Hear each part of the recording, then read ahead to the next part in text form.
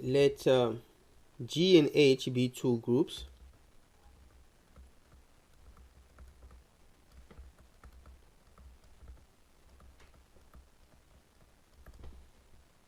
A function f between G and H is called a homomorphism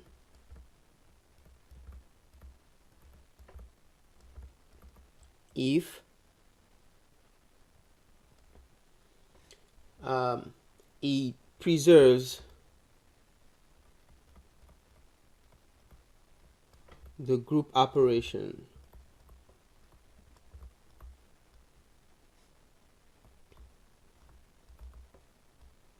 What does that mean? In other words, it means that for any x and y in G,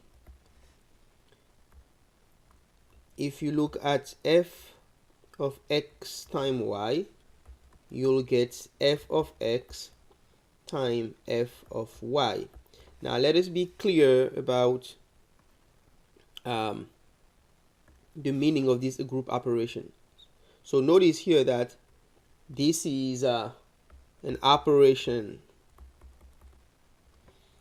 in G, and this here is an operation in H. So although we use the same symbol and both operations are denoted multiplicatively, it is important to note that in general they may not be the same, because G and H may be inherently different groups. So this is what the definition of a homomorphism is. So a homomorphism is essentially a function between two groups which preserves the group operation. Now an isomorphism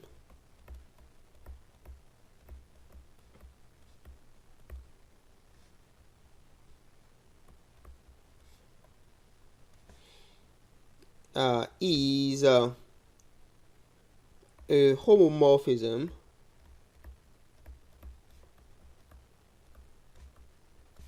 which is also bijection. So in other words, any function which is any function between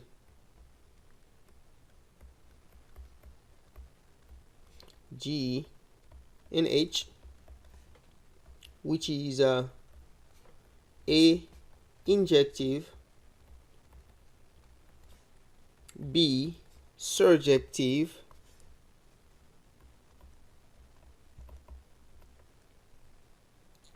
and C a homomorphism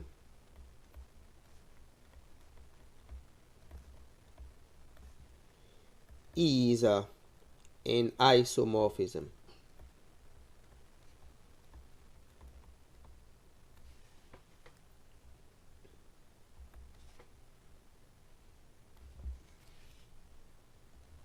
Alright, so let G be the set of all real numbers which we will endow with the usual addition, and we'll let H be the set of all positive real numbers which we endow with the usual multiplication. Okay, so we know that both of these structures are groups. Now let us define a function between the strictly positive real numbers into the real number, such that for any input x, f of x is the natural log of x. Now we'll show here that this function here is group operation preserving. So to this end, what we need to show is that f takes the operation of preserves, in fact f preserves the operations, the group operations.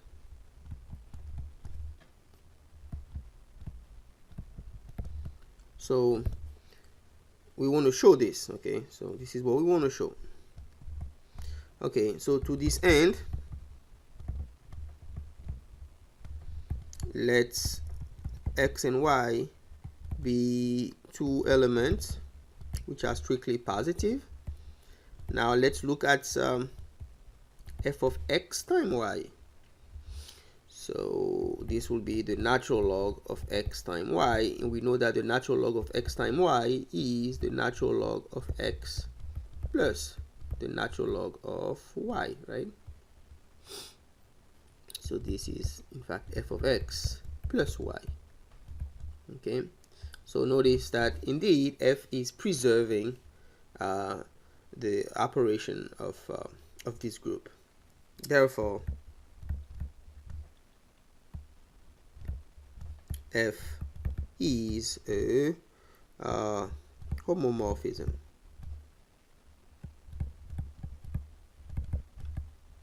Now, one can also show that f is also a bijection.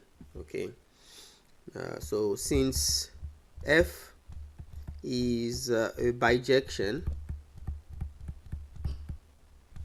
it is a one-to-one and onto, or injective and surjective. It follows that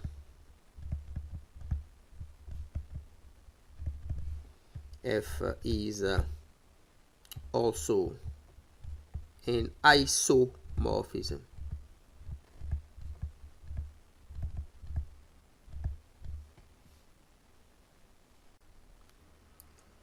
Here's an example of another homomorphism. Let G be the set of all functions which are continuous on the interval 0, 1, and we endow these sets with function addition. One can check that this is in fact a group, and we'll define phi to be a function between G and R, where R here is endowed with the usual addition, such that phi of a function will be in fact the integral of f of x dx from 0 to 1. Okay, I claim that this is in fact a group homomorphism, and to show this we just need to show that it preserves the operations, right? Okay, so for given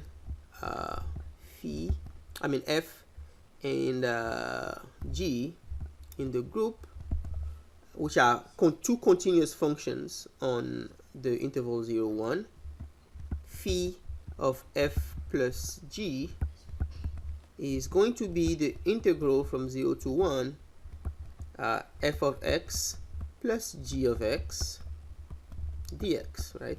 But we know that the integral of a sum is a sum of integrals, so this will be 0 to 1 f of x dx plus the integral from 0 to 1 g of x dx, which is by definition phi of phi plus phi of g.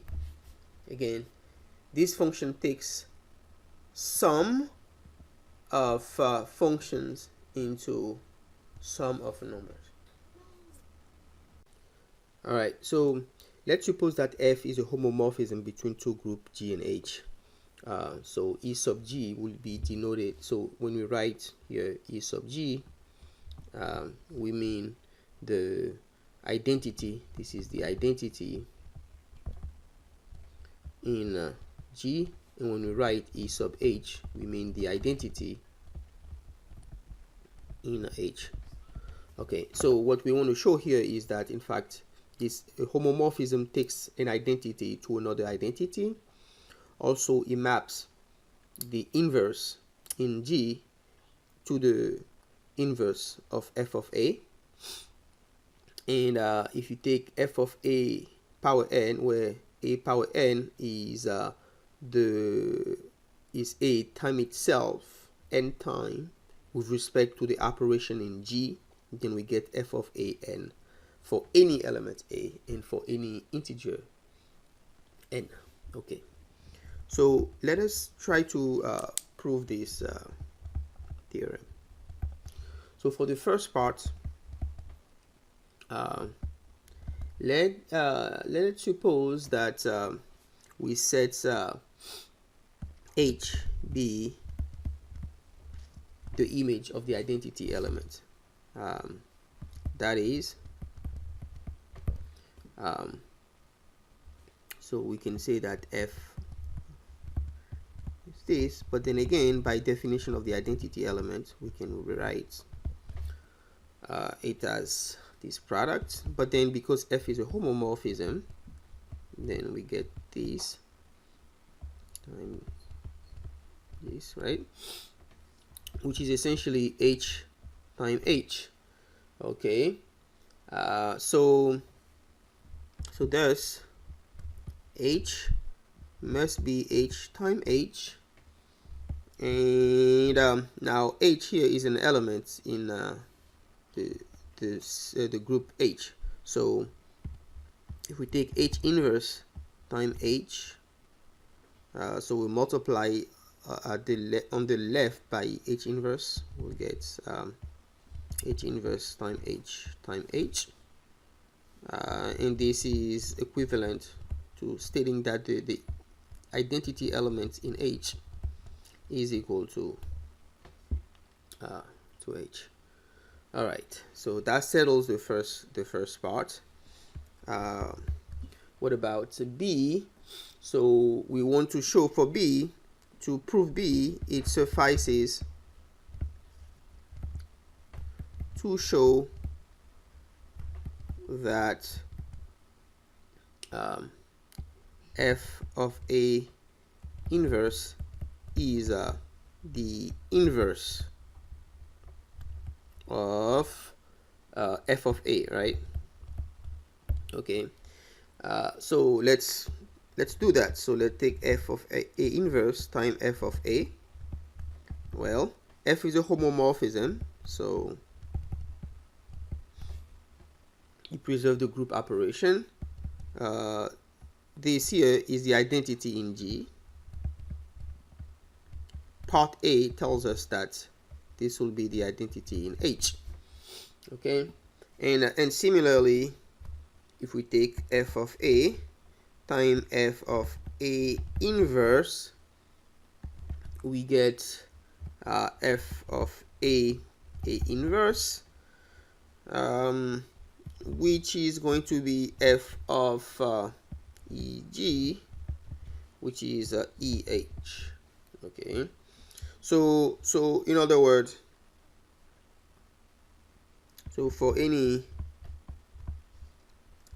a which is in G, f of a inverse is the inverse of f of a.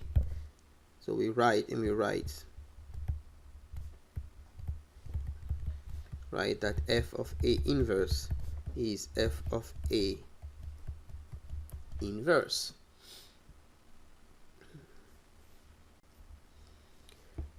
All right, so part C will be left as a homework for you, and the hint here is to use induction. All right, so let us look at an example of a homomorphism which is not a bijection. So define a function between the integer into z sub 3, remember, which is the set of all integers of the type 0, 1, 2, where we endow such a set with addition mod 3. Okay, and for every integer k, we will send k to k mod 3 which is whatever you get after you divide, well, k mod 3 is the remainder after you divide k by 3. Okay, so now let's look at this picture here. So 0 goes to 0, 3 goes to 0, because 3 mod 3 is 0. Negative 3 goes to 0 for the same reason, because negative 3 mod 3 is 0. 1 goes to 1, because 1 mod 3 is 1. 4 mod 3 is 1, so 4 gets mapped to 1. Negative 2 gets mapped to 1. 2 goes to 2. Negative 1 goes to 1. And negative 4 goes to 2, and so on. So what happens with a homomorphism which is not an isomorphism is the following. Homomorphism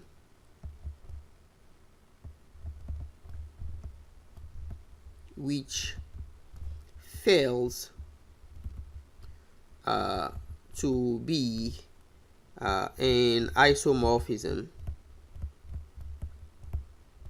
in other words, which is not a bijection, will squash some pieces of its domain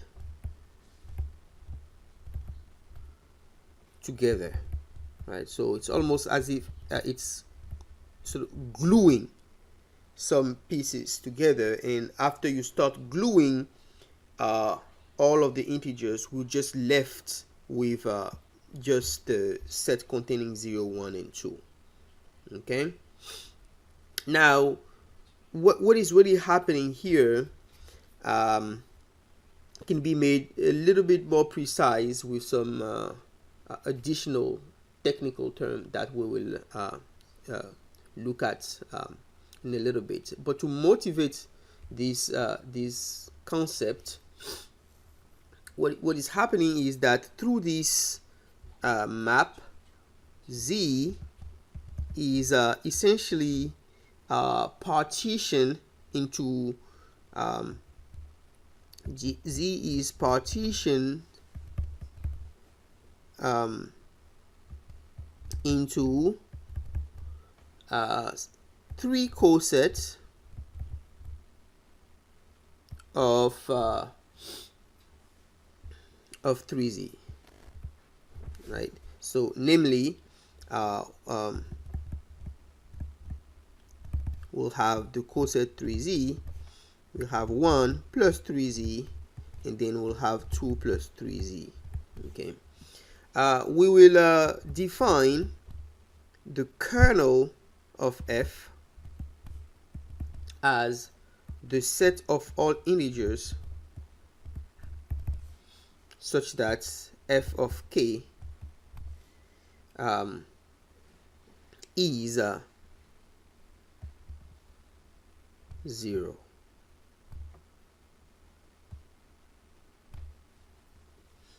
And this can be understood as when is F of K 0? Well, F of K is 0 if so note that F of K is 0 if and only if K mod 3 is 0, but this is the case if and only if K is a multiple of 3. What does that mean? So this tells us that essentially the kernel of what we define as the kernel of our homomorphism is in fact 3Z right here. So everything that goes to the identity elements in Z3 is called the kernel. Okay, all right. Here is another example. Recall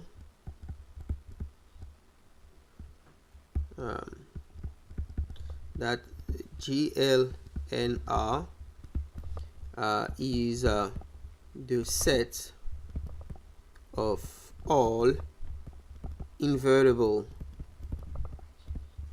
matrices of order n, and SL and R is the subgroup of GL and R consisting of matrices with determinant 1.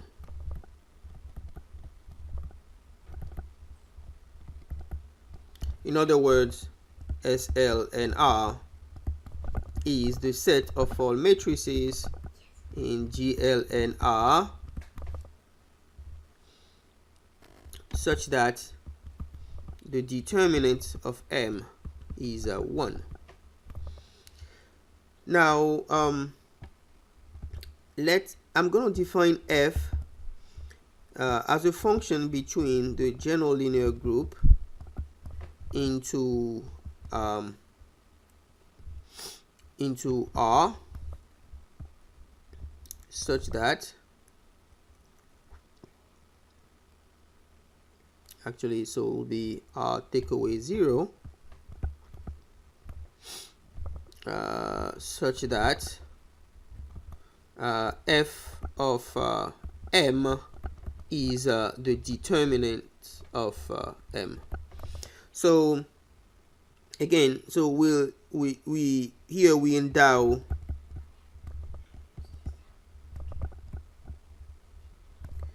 GL and R with the usual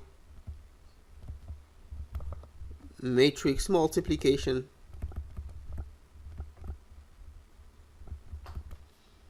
and R take away 0 is endowed with the usual operation, multiplication of real numbers. Okay, so in any case, for X and say Y, which are two invertible matrices of order n, F of X, Y will be the determinant of their product. But we know that the product of the determinant of a product is a product of determinant, so this will be the determinant of X times the determinant of Y, which is F of X times F of Y. All right, so so clearly this is, again, keep in mind that the operation here and the operation there are very different, right? So the operation here is a matrix multiplication. Matrix multiplication. And here the operation here is just the usual number multiplication, number product. But in any case, the determinant preserves these operations. So the determinant is a group homomorphism. Is a group homomorphism.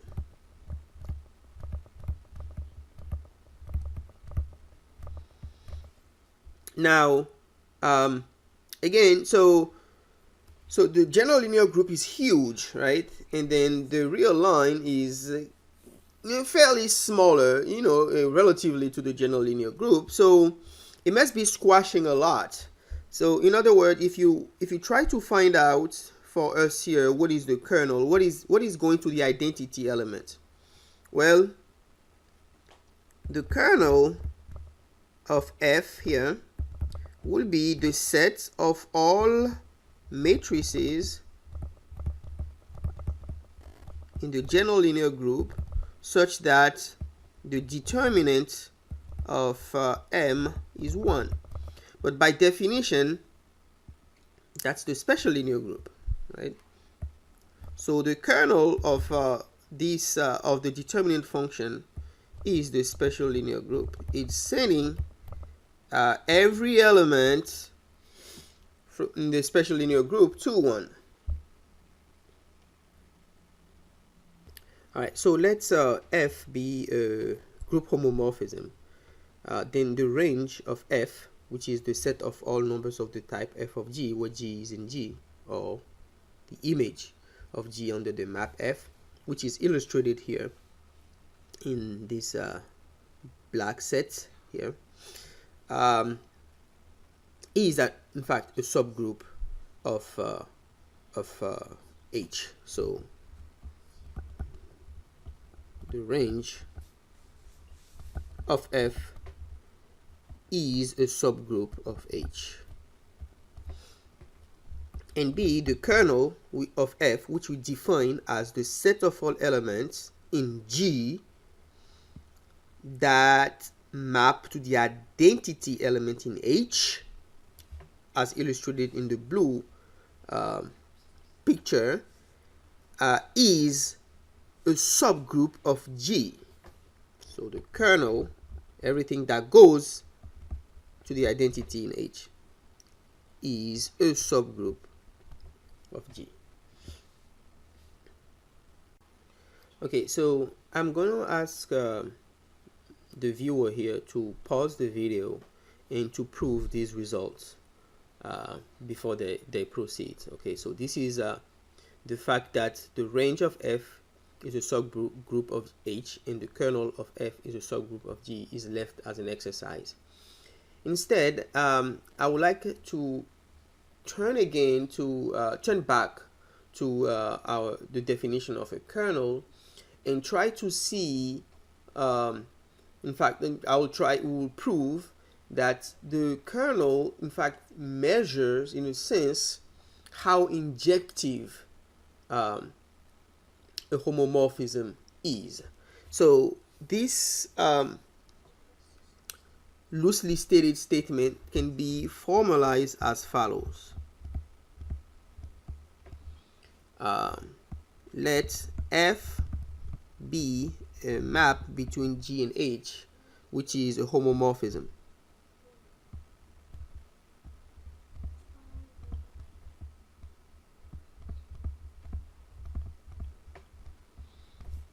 Then the following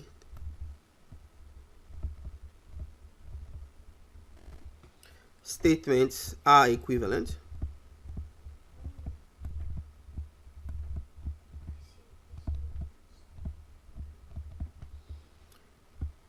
A, F is injective.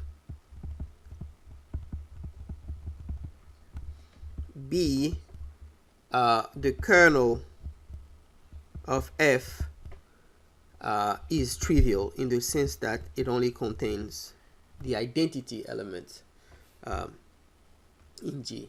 So I claim that these two statements are equivalent to each other, and the proof goes as follows. Let us assume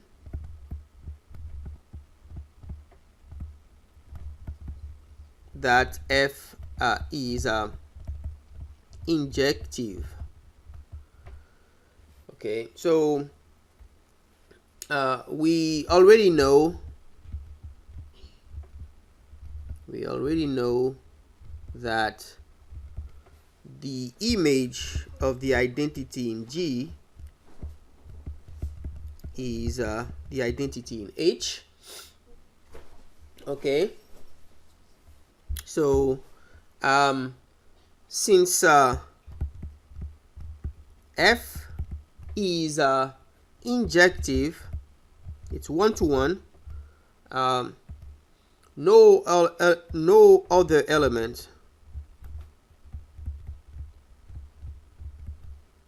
can map to the identity the identity element in H. If that was the case, this will destroy the injective property, right?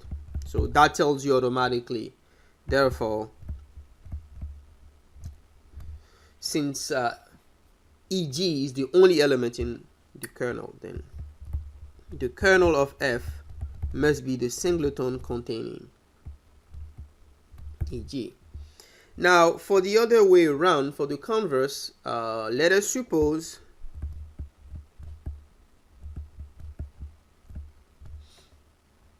that the kernel of F only contains the identity element in G.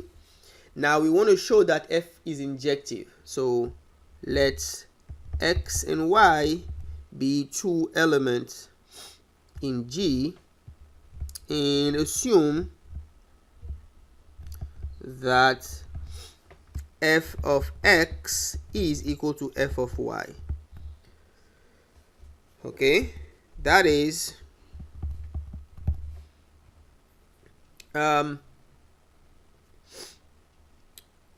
if you take F of X times F of Y inverse, you'll get F of Y times F of Y inverse, which is the identity element in H.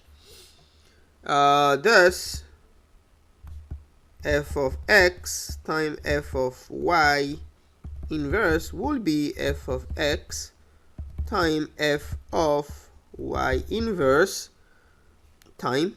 Yeah, this is supposed to be time, not equal.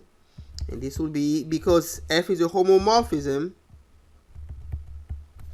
we must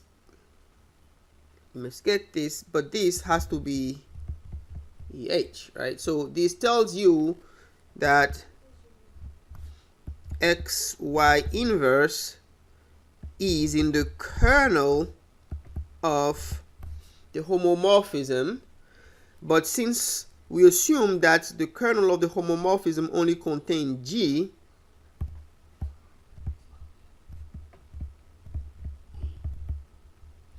that tells you that XY inverse has to be the identity element in G, and then multiplying each one of these by Y, we get that X must be e.g. Y, which is Y. Okay, so we prove that if F of X is equal to F of Y, then X will be equal to Y. So this shows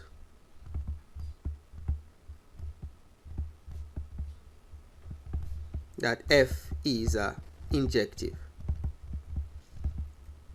Okay, so we have indeed proved that F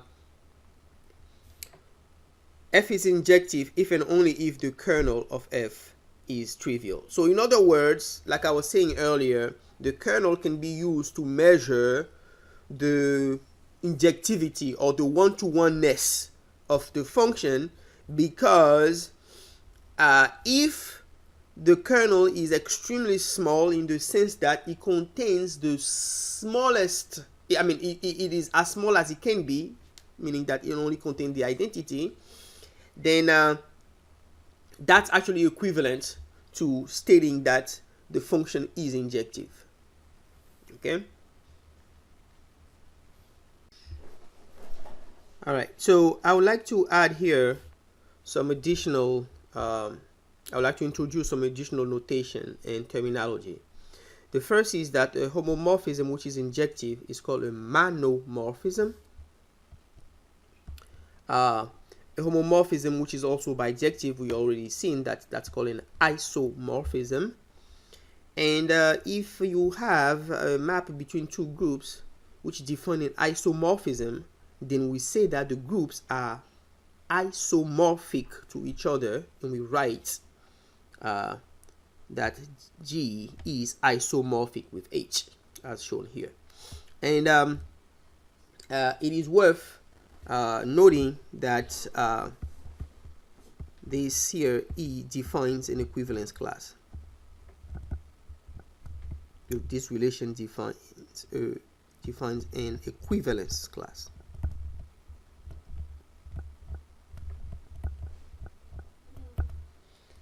All right, so also if f is a map between a function in itself,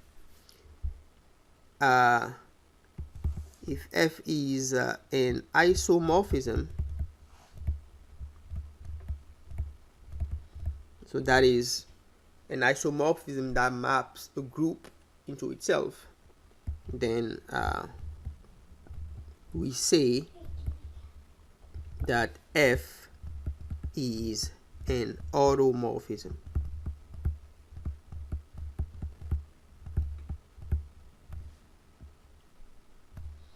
Okay, so three new terms here: monomorphism, isomorphism, isomorphic, and automorphism. In fact, 4 new terms. All right, so this leads us to an important concept which we'll first touch a little bit in this lecture, and then we'll explore in depth in our subsequent lesson. And this is the what I want to discuss is the concept of a normal subgroup. So by definition, a subgroup H of a group G is normal if its left and right cosets coincide. In other words,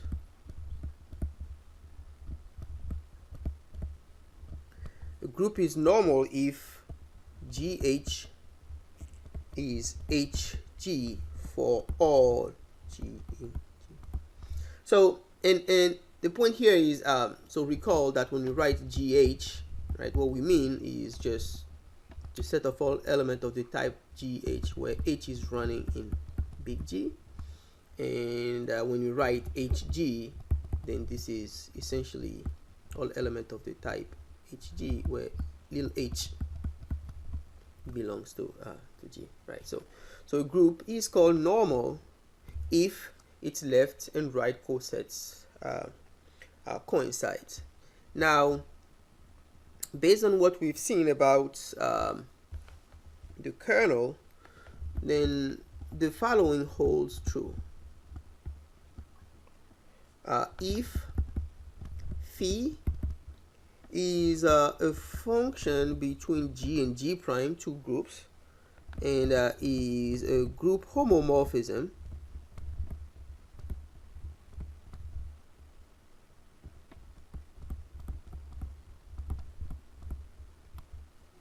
then the kernel of phi is a normal subgroup of G. Okay. All right. So how do we prove that? Well, let's see. Let's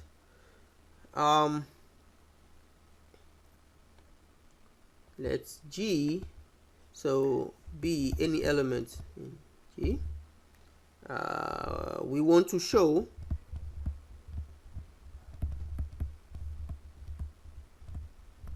that G kernel of phi is equal to the kernel of phi G.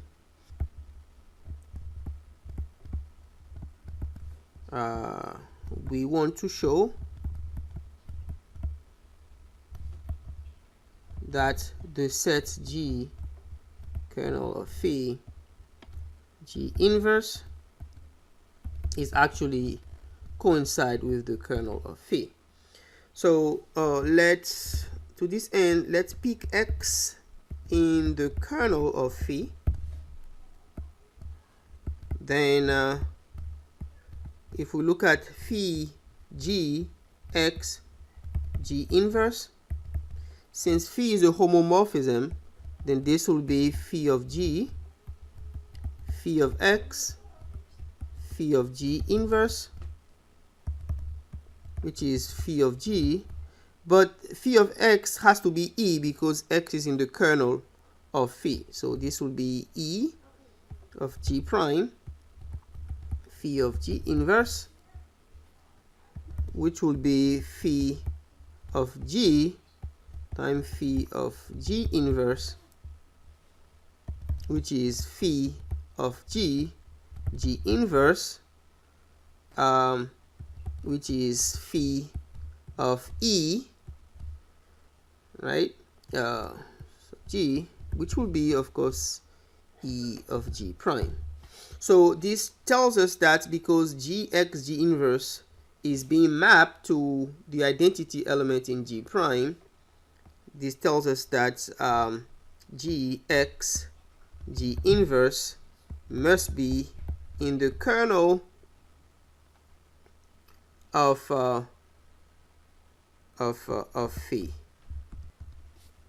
Therefore,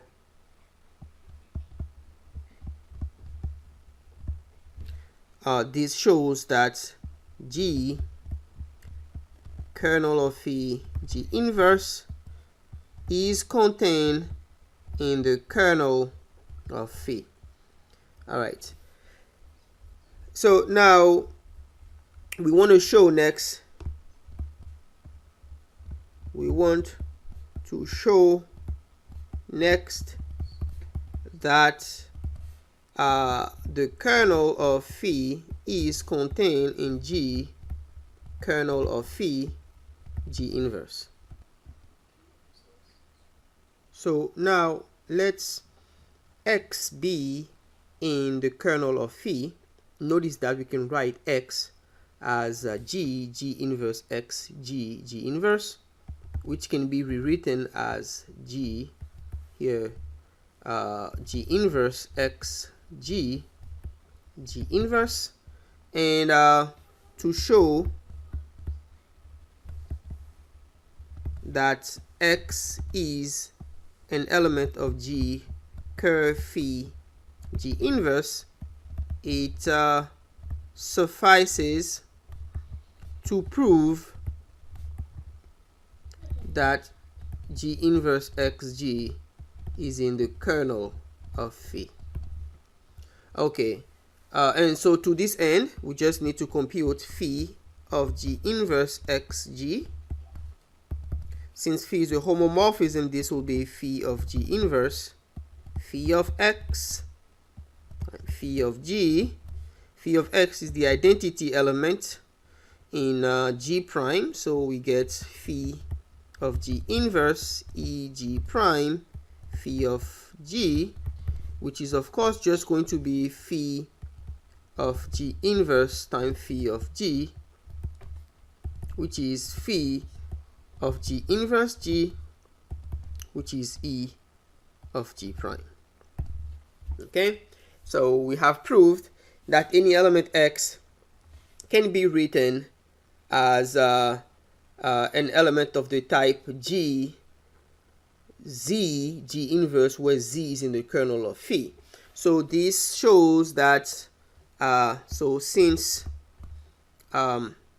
G kernel of phi G inverse is contained in the kernel of phi, and the kernel of phi is contained in G kernel of phi G inverse, we can then conclude that the kernel of phi is equal to G kernel of phi G inverse, and consequently we have that for any little g in G, G kernel of phi is equal to the kernel of phi G, and this implies